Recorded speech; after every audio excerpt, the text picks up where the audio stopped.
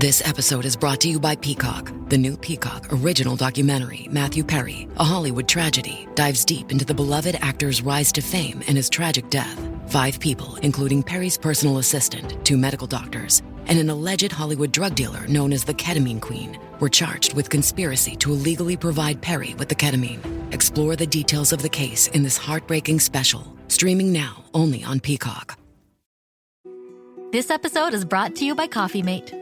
After watching this season of the HBO's original series, The White Lotus, this is the tropical getaway I needed. One more pina colada, please. Hey, you're not on mute. Oh, I thought I was in paradise. Turns out, it was my Coffee Mate. Coffee Mate Pina Colada and Thai-iced coffee-flavored creamers. Inspired by the newest season of HBO's original series, The White Lotus. For the love of coffee. Try now.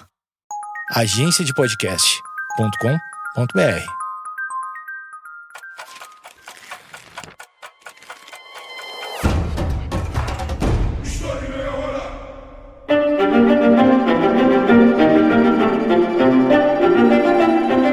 Como o Estado pode intervir em um processo religioso?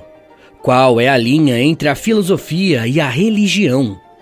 Essas são apenas algumas perguntas que podemos nos fazer quando estudamos com mais atenção o que é o shintoísmo, a principal filosofia e religião presente no Japão. Esse episódio está inserido em uma espécie de série onde eu apresento as principais correntes filosóficas e religiosas da Ásia. Infelizmente, é muito comum termos um distanciamento dessas culturas, e isso acaba trazendo uma incompreensão de percepções do mundo que são diferentes das nossas. Como sempre, eu quero lembrá-los que eu baseio meu conteúdo em fontes e em autores confiáveis, que você pode e deve consultar na descrição do episódio. A primeira coisa que precisamos fazer hoje é compreender o que estamos analisando. O shintoísmo significa literalmente caminho dos deuses, e é o sistema de crenças mais antigo do Japão. Dentro do shintoísmo, existe o reforço constante à ideia de pureza, harmonia, respeito familiar e subordinação do indivíduo em relação ao grupo. Como iremos entender melhor ao longo do episódio, em diferentes períodos o shintoísmo se apresentou de maneiras variadas, mostrando que esse era um tipo de crença bem flexível. Nem de longe isso é algo negativo, e muitos especialistas afirmam que foi exatamente esse ponto que garantiu a sobrevivência do shintoísmo por tanto tempo. Esse conjunto de crenças se tornou uma espécie de identidade do povo japonês, ao ponto de ser um fator de identificação até para aqueles que não seguem os princípios religiosos. Ao contrário de muitas religiões, o shintoísmo não tem um fundador reconhecido. Os povos do Japão antigo mantinham crenças animistas, ou seja, que cultuavam elementos da natureza, adoravam ancestrais divinos e se comunicavam com o mundo espiritual por meio de xamãs.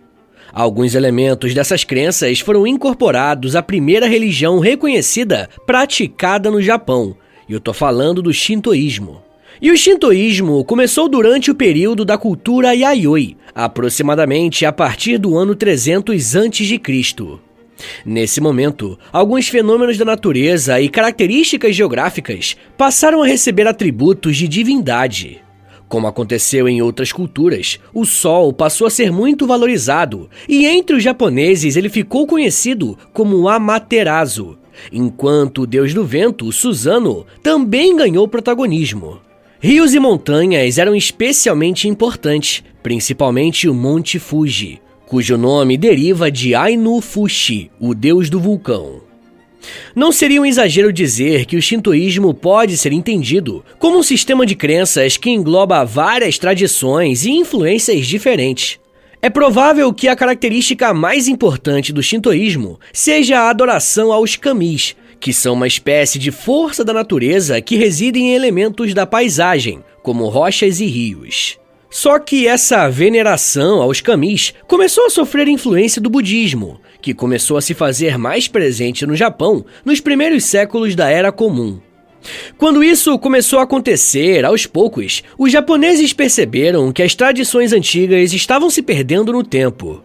Como a religiosidade shintoísta era uma espécie de marca nacional, A proteção da religião era também uma proteção à história do próprio povo japonês.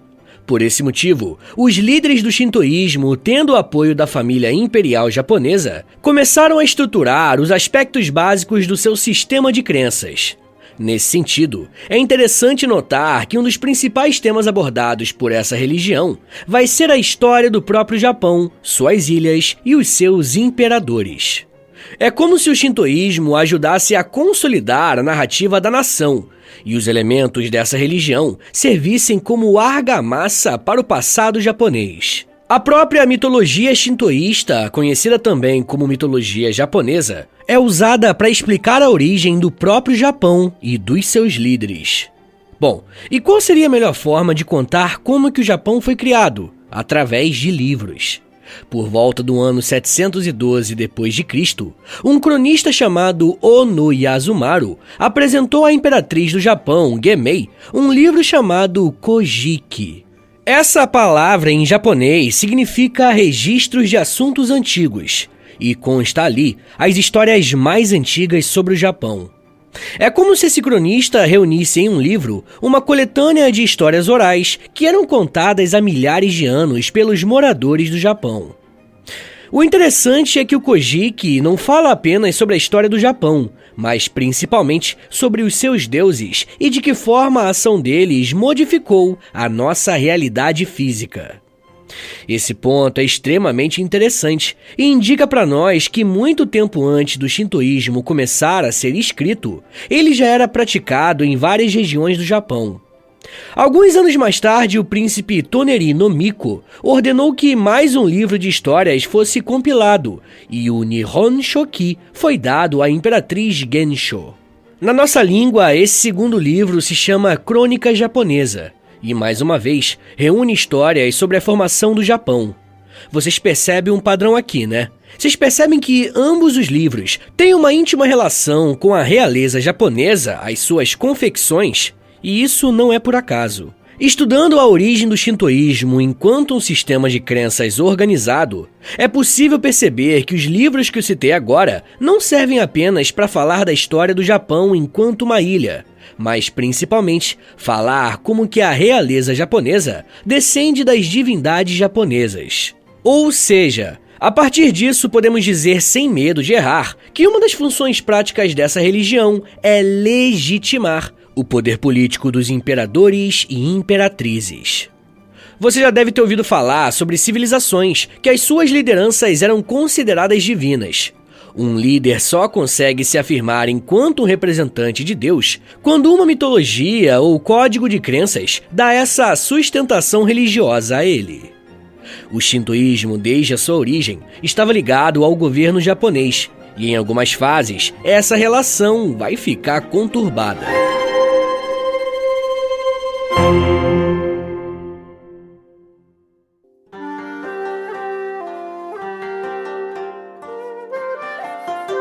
O shintoísmo nasceu no Japão como uma espécie de crença popular, praticada e relembrada através das tradições orais que estavam presentes desde a formação da própria nação japonesa. Porém, foi a partir do século VIII d.C. que os livros religiosos começaram a ser escritos. Outras fontes importantes sobre as primeiras crenças shintoístas incluem o Manyoshu, ou também conhecido como a Coleção de 10.000 Folhas, que foi escrito também no século VIII d.C., e é uma coletânea de poemas que cobre vários tipos de assuntos, incluindo a religião. Outra fonte são as muitas crônicas locais, ou Fudoki, que foram encomendadas em 713 d.C. para registrar os kamis regionais e lendas associadas às diversas províncias do Japão. Existiu também o Enji-shiki, uma coleção mais antiga de 50 livros compilados no século X d.C., abrangendo as leis, rituais e orações do shintoísmo. Quando os livros Kojiki e Nihon Shoki foram entregues às realezas no século VIII d.C., logo se tornaram partes fundamentais do shintoísmo. Mesmo que esses dois livros tenham algumas pequenas divergências entre eles, ambos são considerados sagrados e os fundadores da mitologia japonesa. Até hoje, são lidos e estudados como forma de conhecer a própria história do Japão e dos seus deuses. O próprio fato de ser um livro que contém a história do país e dos seus deuses não é por acaso. Um livro sagrado tem como função organizar um conjunto de crenças. E vemos nisso, mais uma vez, a defesa do shintoísmo em relação ao budismo que estava crescendo. Mas antes de eu falar a respeito da afirmação do shintoísmo no Japão, eu quero apresentar quais eram as crenças que se tinham nessa religião, seus deuses, os kamis e as práticas dentro dos templos. Assim como acontece com muitas outras religiões antigas, os deuses shintoístas representam importantes fenômenos astrológicos, geográficos e meteorológicos que estão sempre presentes e que afetam o dia a dia dos seres humanos. Esses deuses eram muitas vezes associados a clãs antigos, que atuaram na formação do Japão. No shintoísmo, o Sol era a divindade suprema e representada como uma mulher, a Amaterasu. O seu irmão era Susanoo, o deus do mar e das tempestades. Os deuses criadores são Izanami e Izanagi. Eles são o casal primordial que formou as ilhas do Japão. Do olho esquerdo de Izanagi nasceu Amaterasu, enquanto do seu nariz surgiu Susanoo. Do olho direito do deus Tsukuyomi nasceu o deus da lua. É interessante que, além do shintoísmo, de certa forma, estar ligado com a formação do próprio Japão, essa religiosidade que se formou com a civilização contou com uma narrativa mitológica familiar. Izanami e Izanagi eram os kamis que deram origens a outros kamis, e por considerar que Amaterasu, Susanoo e Tsukuyomi eram os kamis mais importantes, Izanagi dividiu o mundo entre eles. A deusa Amaterasu herdaria os céus, Tsukuyomi tomaria o controle da noite e Susanoo seria o deus da tempestade e dos mares. Só que dividir em partes iguais o mundo entre esses irmãos, se é que podemos chamá-los assim, não foi uma garantia de que as coisas estariam tranquilas e pacificadas no panteão do shintoísmo. O kami Susanoo, que é o mar, não ficou satisfeito com a divisão do mundo que foi feita pelo Izanagi. Susanoo começou a pressionar os outros kamis para que a divisão fosse refeita. E o principal alvo dessa insatisfação era a Amaterasu, a kami do Sol e do Universo. Ela ficou tão chateada com o irmão que decidiu fugir para uma caverna. Só que tinha um problema. Como Amaterasu era o kami do Sol, quando ela foi para uma caverna, toda a luz do mundo foi com ela, deixando o Japão em total escuridão. Com a ausência da kami que trazia a luz ao Japão, não só a escuridão física se abateu nas ilhas, como também uma escuridão moral. Todos os outros kamis ligados a coisas ruins passaram a fazer as maldades sobre o Japão. E com essa bagunça rolando solta, uma kami chamada Uzume percebeu que, para atrair Amaterasu para fora da caverna, ela precisava chamar sua atenção. Então ela começa a dançar sem roupa sobre as ilhas, e essa atitude gera uma grande festa entre os kamis. Amaterasu viu que estava rolando uma música e ficou confusa, porque ela achou que era dia, e ela começou a sair da caverna, se apresentando mais uma vez como a maior e principal entidade da mitologia japonesa. Você provavelmente já deve ter ouvido falar em algum lugar que o Japão é a terra do sol nascente. A figura do sol tem uma importância muito grande para essa civilização, e é por esse motivo que muitas lendas giram em torno de Amaterasu e as suas ações. Como ela simboliza o Sol, ela se tornou um dos símbolos do próprio Japão.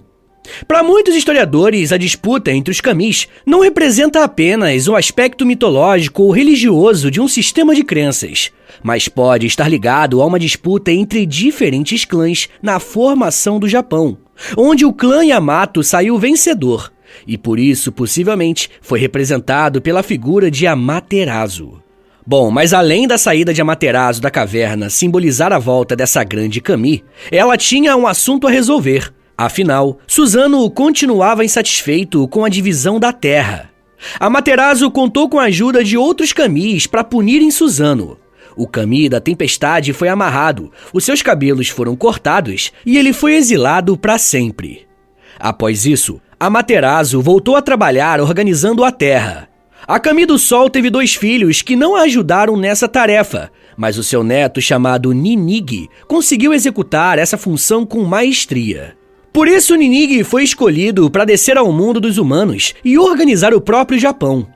Ele se casou com Konohana Sakuya Hime e tiveram filhos e netos. Só que o bisneto de Ninigi teria sido um homem chamado Jimmu, conhecido na história do Japão como o primeiro imperador do país. Ou seja, todos os imperadores japoneses têm uma ligação direta com os kamis.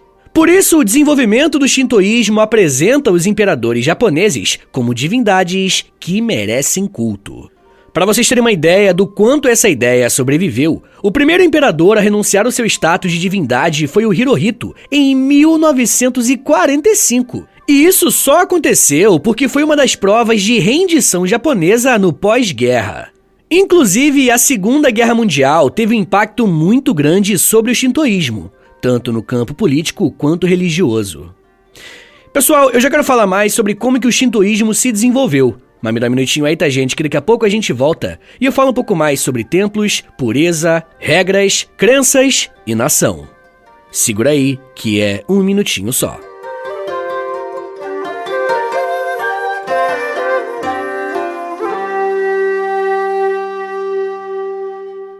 O História em Meia Hora lançou um livro. O livro História em Meia Hora, Grandes Civilizações, é um apanhado de capítulos onde cada um deles eu falo sobre uma grande civilização da história. Tudo baseado em episódios do podcast, mas com muito conteúdo extra, como imagens, gráficos e muito mais coisa que você só encontra lá. Clica aqui no link da descrição do episódio para garantir o meu primeiro livro e aprender sobre a história do mundo comigo por mais de meia hora. Valeu, gente! Hey, it's Bill Simmons from the Bill Simmons Podcast here to tell you about Michelob Ultra Courtside. It's getting fans closer to the NBA with a chance to win prizes like courtside seats, a trip to All-Star Weekend, and much more. Check it out at MichelobUltra.com/courtside. Michelob Ultra Superior Access, Courtside 24-25 Sweepstakes, no purchase necessary. Open to U.S. residents 21 and up. Begins on October 1st, 2024. Ends July 1st, 2025. Multiple entry periods. Visit MichelobUltra.com/courtside for free entry deadlines, and official rules. Message and data rates may apply. Void where prohibited. We off? 30 seconds of carefree bliss. Oof, like wind in your hair carefree. Oh, like using Clorox Disinfecting All-Purpose Cleaner in the home carefree. Yes! Like dog slobbing on the coffee table and cleaning it with Clorox Carefree. He's on a roll now. Spit toothpaste on the faucet. You got it. You got it. Peanut butter on the light switch. Oh, spritz, spritz. Spritz, spritz. Clorox, man. Clean feels good. Okay, we're back. Use as directed.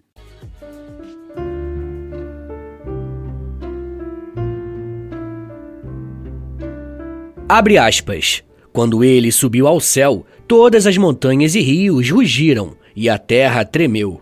Então, as altas planícies do paraíso foram jogadas na total escuridão, e a noite sem fim cobriu o mundo. Fecha aspas. O que você acabou de ouvir é um dos trechos do Kojiki, uma das fontes escritas do shintoísmo, apresentando um cenário de muita instabilidade no Japão. No último bloco, eu apresentei para vocês algumas características dessa religião japonesa. Falei do seu contexto de formação, de algumas crenças nos kamis e de como que eles legitimaram o poder dos imperadores. Beleza, mas o que o shintoísmo acredita enquanto princípios? Como que deve ser praticada essa religião? Para responder essa pergunta, podemos olhar para alguns pilares do shintoísmo. O primeiro deles é a pureza. Tanto a limpeza física quanto a prevenção de perturbações, a pureza espiritual. Os shintoístas irão valorizar muito esse aspecto, e de certa forma, ele se relaciona com os outros, como por exemplo o bem-estar físico e a harmonia, práticas que são incentivadas para evitar o desequilíbrio na vida. Da mesma forma que a mitologia do shintoísmo apresenta uma história familiar, alguns pilares dessa religião também se relacionam com aspectos familiares, como por exemplo a valorização da fertilidade e de famílias numerosas. Da mesma forma, o respeito e a honra aos mais velhos também são preceitos shintoístas. Para dar materialidade a essa religião, os templos e santuários foram criados para serem locais de adoração e veneração aos kamis. Ao todo, existem mais de 80 mil templos shintoístas no Japão. Os primeiros santuários eram apenas altares de pedras onde eram apresentadas oferendas. Depois, foram construídos edifícios em torno desses altares, muitas vezes copiando a arquitetura dos armazéns de arroz. A partir do século VIII d.C., o design do templo foi influenciado pela arquitetura chinesa, algo que seria cada vez mais comum dali em diante. Os santuários shintoístas são facilmente identificados pela presença de um portal sagrado na frente deles. Os mais simples são apenas 2 postes verticais com 2 travessas mais longas e separam simbolicamente o espaço sagrado do santuário do mundo externo. Esses portões são enfeitados com go-rei, um papel duplo ou até tiras de metais rasgadas em 4 lugares, simbolizando a presença do kami. Dentro da religião shintoísta, é necessário que cada santuário seja administrado por um sacerdote-chefe, chamado Guji, e sacerdotes comuns, chamados de Kannushi. Era muito comum que a comunidade local apoiasse financeiramente o santuário, desde a sua fundação até os custos recorrentes. As famílias com mais posses tinham um santuário particular, contendo os nomes dos familiares que faleceram e também homenageando alguns kamis. O santuário shintoísta mais importante é o Grande Santuário de Ise, dedicado a Amaterasu, que possui dentro dele um santuário secundário à deusa da colheita, Toyoake. A partir do século VIII d.C., surgiu uma tradição de reconstruir o santuário de Amaterasu em Ise a cada 20 anos, para preservar a sua imagem jovem. O material destruído do antigo templo é cuidadosamente armazenado e transportado para outros santuários, onde é incorporado às suas paredes. O segundo santuário mais importante é o de Okuninushi em Izumo Taisha.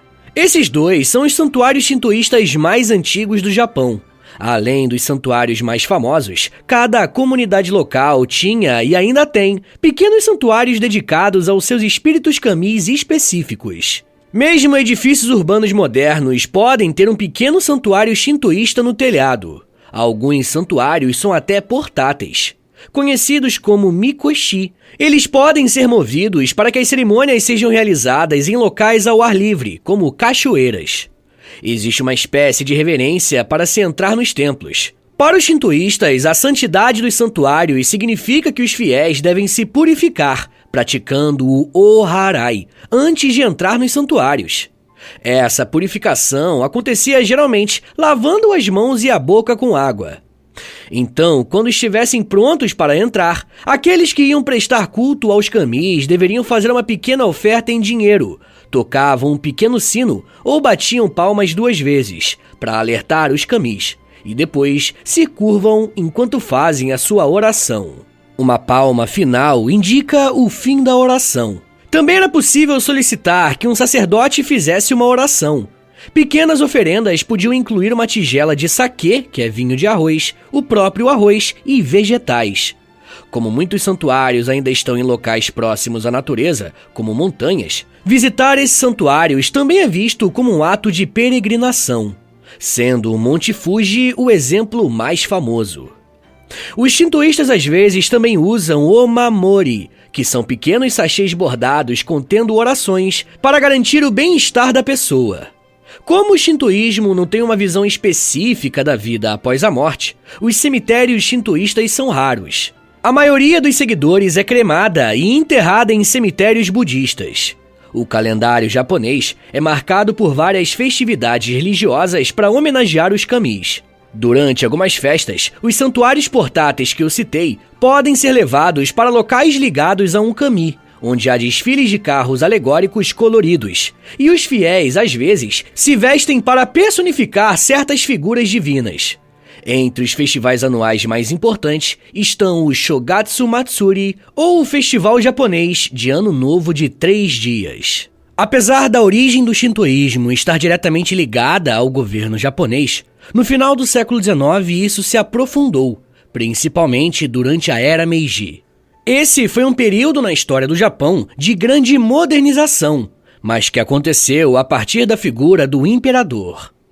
Nesse momento, o nacionalismo japonês foi moldado a partir do shintoísmo, tanto que especialistas chamam essa fase de shintoísmo estatal. Esse tipo de prática religiosa e política aconteceu desde o início da Era Meiji até a sua derrota na Segunda Guerra Mundial, e se baseava inicialmente na prática do shintoísmo, com a fusão dos rituais realizados na corte imperial e os ritos realizados nos impérios, e que se transformou na religião de Estado do Império do Japão. Esse shintoísmo teve um caráter profundamente nacionalista e culturalmente conservador, com a valorização dos costumes originais e mais antigos, como se eles fossem os costumes ideais.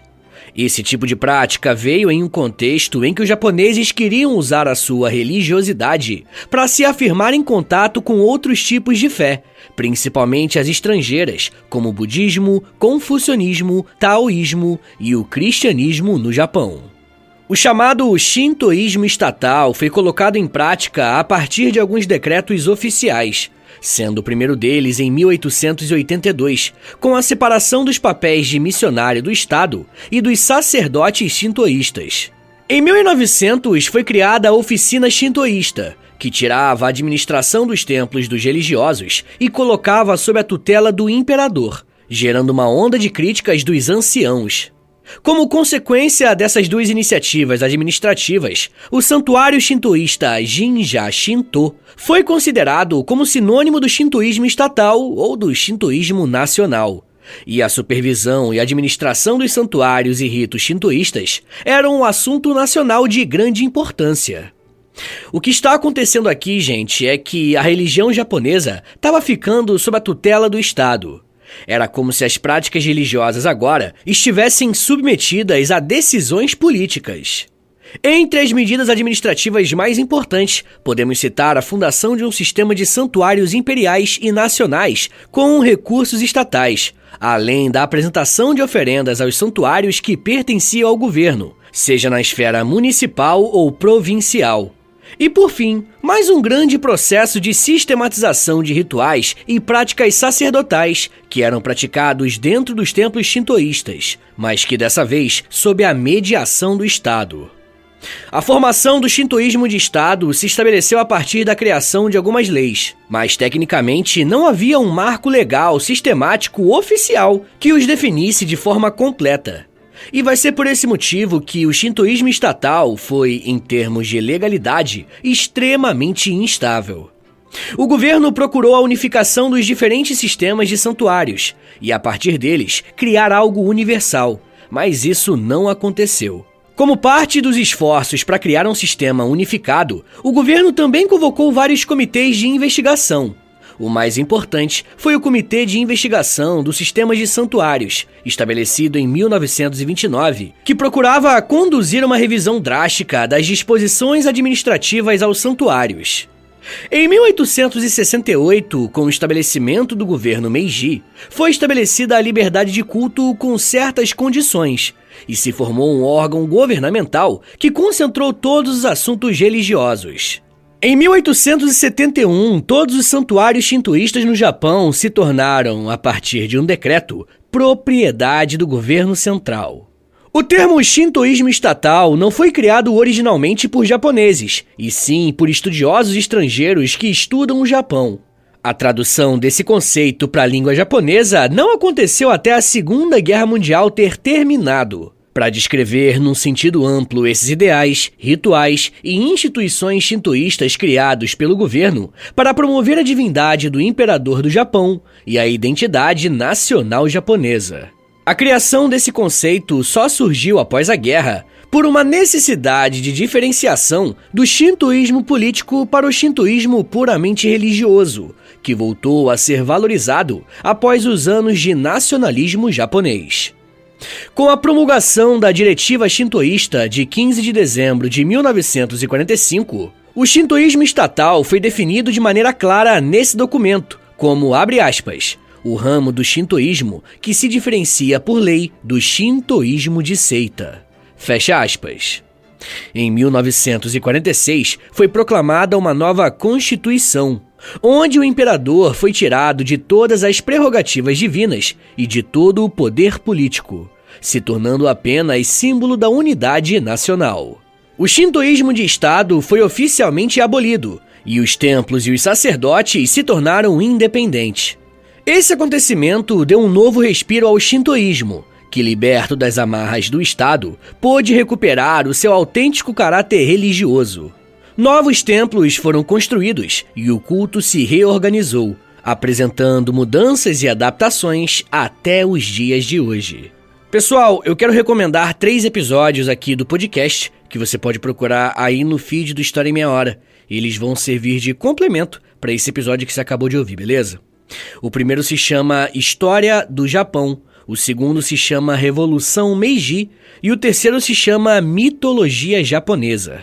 Agora, bora fazer aquele resumão de 1 minutinho para você relembrar o que você aprendeu hoje? Vamos lá! Quando falamos na história do shintoísmo, estamos pensando em um sistema de crenças tão antigo quanto o próprio Japão. Na verdade, esse é um sistema de crenças original do próprio Japão. A mitologia shintoísta ou mitologia japonesa ajuda a explicar a origem do território japonês e os seus principais clãs. Além disso, a formação do shintoísmo sempre esteve ligado à formação do próprio povo japonês. Usando as crenças nos kamis, podemos concluir que a mitologia shintoísta pode ser usada para mostrar que o imperador era um descendente dos kamis, ou seja, ele tinha uma origem divina. Essa relação com o governo é importante porque durante o século XX, o shintoísmo será entendido como um braço do Estado, sendo mais representado como uma burocracia governamental do que como um sistema de crenças de fato. A história do shintoísmo é uma ótima oportunidade de pensar como que a religião é usada pela classe política para legitimar e justificar o seu poder.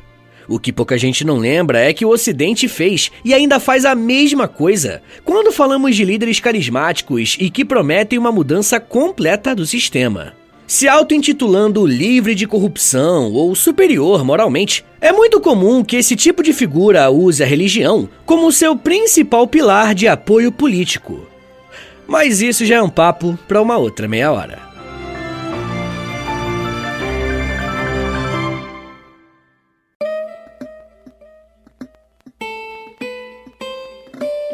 Senhores, muito obrigado por terem ouvido até aqui. Meu nome é Vitor Soares, eu sou professor de História e você acabou de ouvir o História em Meia Hora. Segue a gente aí na sua plataforma de áudio favorita para não perder nenhum episódio. Se você estiver ouvindo no Spotify ou na Apple Podcast, avalia o nosso podcast aí com 5 estrelinhas, tá bom? Quero lembrá-los também que a melhor forma de apoiar o podcast é assinando o nosso Apoia-se, tá bom? É apoia.se/História em Meia Hora. Uma outra forma de ajudar o podcast é através do nosso Pix. Anota aí que é o meu Pix e o meu contato também. É historiaemmeiahora@gmail.com. Mas se você não tiver condições de ajudar o podcast financeiramente, mas quer ajudar de outra forma, a melhor forma de longe é, primeiro, indicando o podcast para um amigo e, segundo, compartilhando nas redes sociais. Aí você aproveita e me marca no @História em Meia Hora, porque aí eu vou poder te agradecer pela ajuda.